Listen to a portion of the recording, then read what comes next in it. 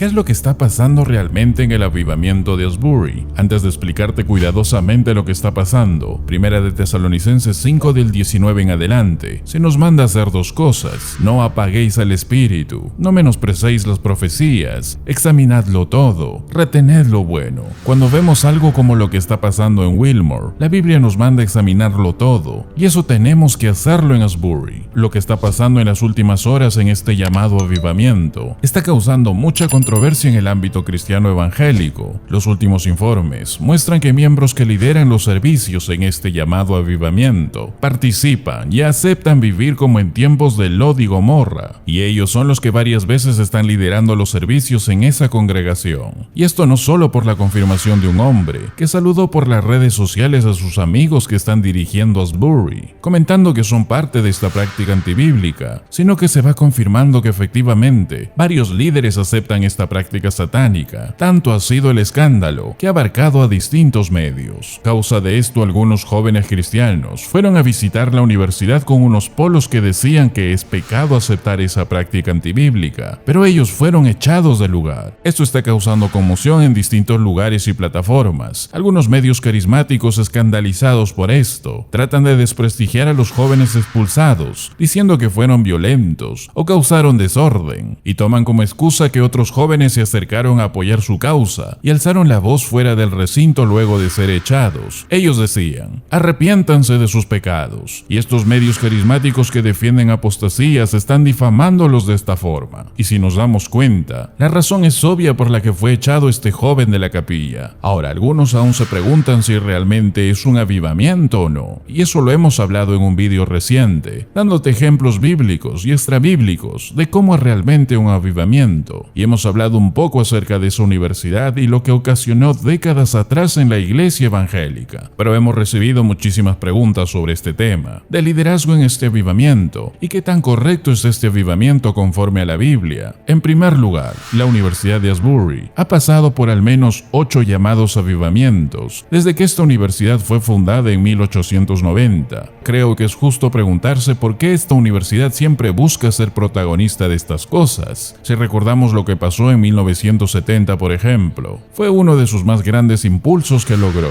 Pero ¿qué ocasionó al final? Que las personas se alejen de Dios, que dejen la Biblia y se enfoquen en emociones, que los líderes se enfoquen en estrategias seculares y mundanas para buscar llenar las iglesias y no conforme a la correcta predicación de la Biblia. Esto ocasionó movimientos como el movimiento de Jesús, el movimiento Jesus Freak, que impulsó a la música secular como el rock ser introducida a la iglesia evangélica. En segundo lugar, la Universidad de Asbury ha sido conocida a lo largo de la historia por unas enseñanzas que no suelen hablar sobre el pecado, sobre el juicio o sobre la necesidad del arrepentimiento. Y sabemos que esto es esencial en la predicación de la Biblia, y más aún es muy necesario para un avivamiento real. Y muchos hermanos que visitaron Asbury en estos últimos días testifican que en este último supuesto avivamiento no se predica la Biblia, solo se le menciona para una exposición de moralidad. Pero la pieza central de un verdadero avivamiento es el Evangelio. Pero en estos días solo se dedican a oraciones y una constante difusión de música. Lamentablemente estamos empezando a ver algunos comportamientos extraños en este supuesto avivamiento, en donde supuestos demonios son expulsados, cuando no enseña la Biblia hacerlo de esa forma. Mujeres predicadoras hablando en supuestas lenguas, cuando no enseña la Biblia de esa forma. Montones y montones de músicas, de las canciones más apóstatas que existen el día de hoy en la iglesia cristiana evangélica, como en el caso de Hillsong o Bethel. En tercer lugar, curiosamente los que más están haciendo publicidad de este supuesto avivamiento están siendo las peores iglesias evangélicas apóstatas y herejes de este tiempo, y no hay ni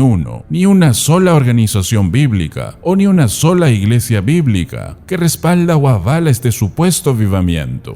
Personas como Todd Bentley, Sam Foy de la iglesia Bethel, Shane Claiborne y muchos otros supuestos influencers evangélicos son los que están gritando a los vientos sobre este supuesto avivamiento. Pero estos hombres que practican decenas de herejías jamás participarían de un evento bíblico, de las iglesias bíblicas que hay en todo el planeta. En cuarto lugar, la Biblia nos enseña que para ser un líder de una iglesia o un líder de un ministerio, el hombre tiene que ser un hombre irreprensible. Primera de Timoteo 3 del versículo 2 en adelante nos dice la verdad de su palabra. Pero es necesario que un obispo sea irreprensible, marido de una sola mujer, sobrio, prudente, decoroso, hospedador, apto para enseñar, no dado al vino, no pendenciero, no codicioso de ganancias deshonestas, sino amable, apacible, no avaro. El apóstol Pablo deja en claro que un obispo en la iglesia de Jesucristo debe ser sobre todo irreprensible. El participio griego enfatiza que esto es una necesidad incuestionable. Una vida irreprensible es el requerimiento supremo para el liderazgo en la iglesia. La palabra griega traducida para irreprensible es anepileptos, que significa no poder ser retenido. El hombre que es irreprensible no puede ser arrestado y retenido como si fuera un criminal, por ejemplo, porque no existe nada para acusarlo. Esto no significa que no tiene pecado, significa que su vida no practica o acepta alguna práctica antibíblica o está manchada por algún defecto pecaminoso evidente en su carácter que le impide exhibir el estándar más alto de una conducta piadosa. Él debe ser un modelo a seguir para la congregación, como lo dice Primera de Pedro 5:3. Entonces creo que poner líderes que viven como en tiempos de Lot, o que aceptan vivir como en tiempos de Gomorra, a dirigir un servicio como ahora, o poner en el púlpito a estos hombres, como esta universidad ha puesto en varias ocasiones desde tiempos atrás. De esta forma nos dice cómo camina una iglesia. En quinto lugar, si hemos aceptado los primeros 4 puntos y entendemos que no se trata de un avivamiento bíblico como tal, muchas personas dicen hoy, ¿pero qué preferimos? ¿Que los jóvenes se vayan al alcohol y a los placeres? Es mejor que estén buscando a Dios, no importa en medio de una dirección apóstata, que perderse en los placeres del mundo. Bueno, no tenemos la menor duda que existen cristianos y muchos jóvenes sinceros que están buscando de Dios, que tienen hambre y sed de Dios, y están buscándolo en lugares equivocados muchas veces como en este. Y creo que muchos, miles de miles hemos salido de la doctrina o de la iglesia equivocada para estar hoy en el camino correcto de la palabra de Dios. En la iglesia cristiana existen hoy millones de excatólicos, exadventistas, exmormones, exreligiosos que recibieron la misericordia de Dios y fueron alumbrados por la verdad y la aceptaron, no la rechazaron. Por eso sabemos que muchos ahí en esta reunión de jóvenes llegarán a ser salvos, pero muchos también escucharán la verdad de Dios, pero lo van a rechazar. Ahora sabemos que el diablo es el príncipe de este mundo y él tiene el control de alguien que no tiene a Dios. Entonces, donde pone su mayor fuerza es en la falsa religión, en la falsa fe. A él le encantaría que todo el mundo tuviera un Dios, siempre en cuando sea el equivocado. No quiere que todo el mundo sea un ateo. Él quiere que todo el mundo sea un religioso, adorando al Dios que no es el Dios de la Biblia. Y ese es el peor peligro para una persona, creer que sirve a Dios, pero no según la Biblia, sino bajo una mentira del diablo. Por eso Jesucristo dirá a muchos al final de los días, a muchos que decían servirle, a muchos que decían hablar de él, pero Jesucristo les dirá, nunca los conocí, apártense de mí, hacedores de maldad. En toda clase de avivamiento bíblico, siempre ha sido en primer lugar la palabra de Dios, en segundo lugar la palabra de Dios, y en tercer lugar, ya lo saben, la palabra de Dios. Jonás predicó el arrepentimiento y se salvaron. Él no dirigió la música por horas para que ocurra un arrepentimiento.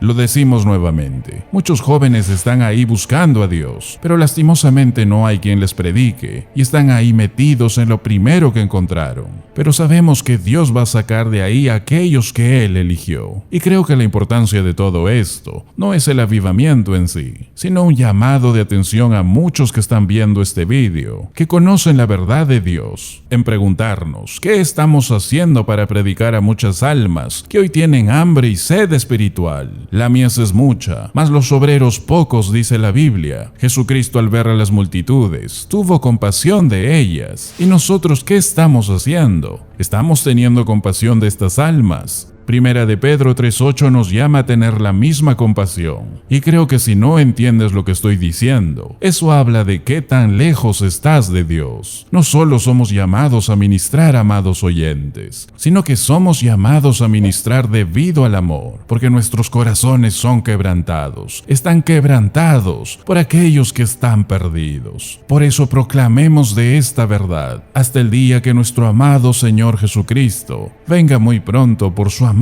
iglesia. Gracias por ser parte del ministerio de la verdad de su palabra. Esperamos verte en el próximo vídeo.